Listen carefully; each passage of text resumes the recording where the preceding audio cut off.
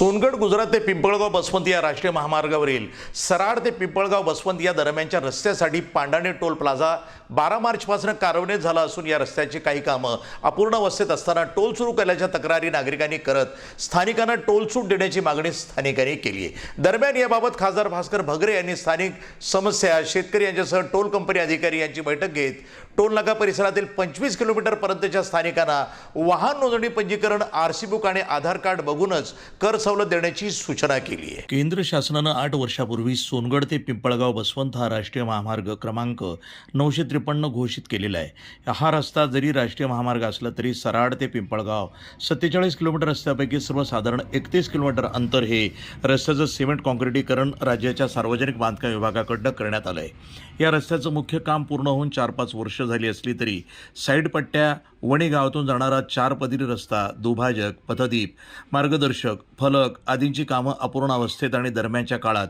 नादुरुस्त आणि खराब झालेली आहेत।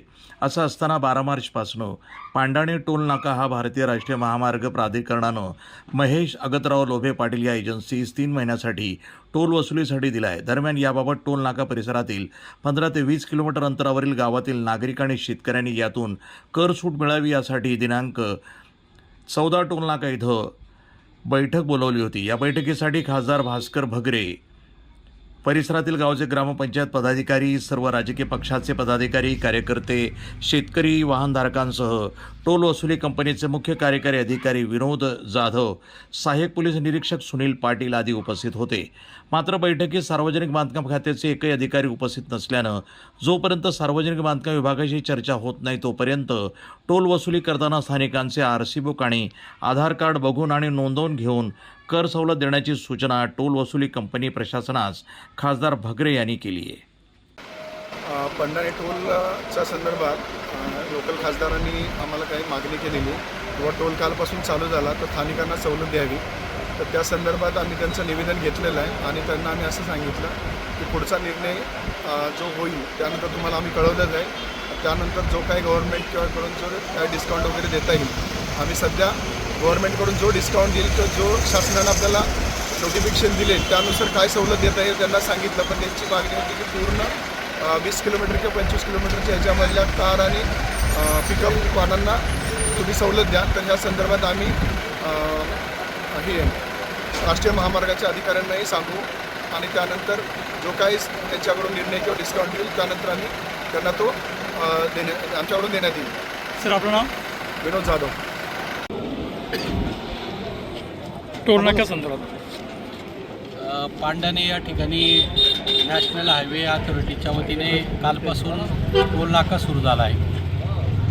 टोल नाका सुरू करण्याबद्दल कारण 4-5 वर्षापासून रस्त्याचं काम झालं, नॅशनल हायवे झाला, टोल सुरूच होणार होता, परंतु 4-5 वर्षापासून काम झाल्यामुळे आज जर बघितलं तर रस्त्याला अनेक ठिकाणी खड्डे पडलेले आहे।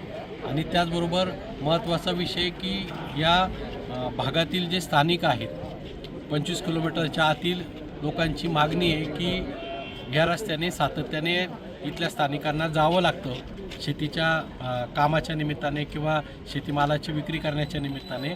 आणि मग या 25 किलोमीटरमधील जे शेतकरी बांधव आहेत, स्थानिक आहेत, यांना टोल नाक्यावरती सूट मिळावी यासाठी या ठिकाणी सगळे शेतकरी गोळा झाले होते। आणि मी अधिकाऱ्यांशी बोलून ह्या सगळ्या सूचना देणार आहे, परंतु आज सुट्टी असल्यामुळे अधिकारी काही उपलब्ध झालेले नाही। परंतु जे टोल नाक्याची वसुली करणारे या ठिकाणी संबंधित आहे त्यांना सूचना दिल्या आहे की पुढचा निर्णय होईपर्यंत या भागातील जे स्थानिक आहेत 20-25 किलोमीटरच्या आतील त्यांच्याकडून कुठल्याही प्रकारचा टोल घेण्यात येऊ नये। कारण शेवटी स्थानिक आहे आणि स्थानिकांना सगळीकडे सूट दिली जाते, त्याच पद्धतीची सूट आम्हाला पण मिळाली पाहिजे अशी जी मागणी आहे ती रास्त आहे। आणि तीच मागणी आम्ही सगळ्यांनी त्या संबंधितांना सांगितली आहे आणि त्यांनी पुढची मीटिंग होईपर्यंत कुठल्याही प्रकारचा टोल घेणार नाही, स्थानिकांकडून घेतला जाणार नाही याची कबुली त्यांनी आम्हाला दिलेली। प्रतिनिधी दिगंबर पाटोळे, वणी, नाशिक, NTV न्यूज मराठी।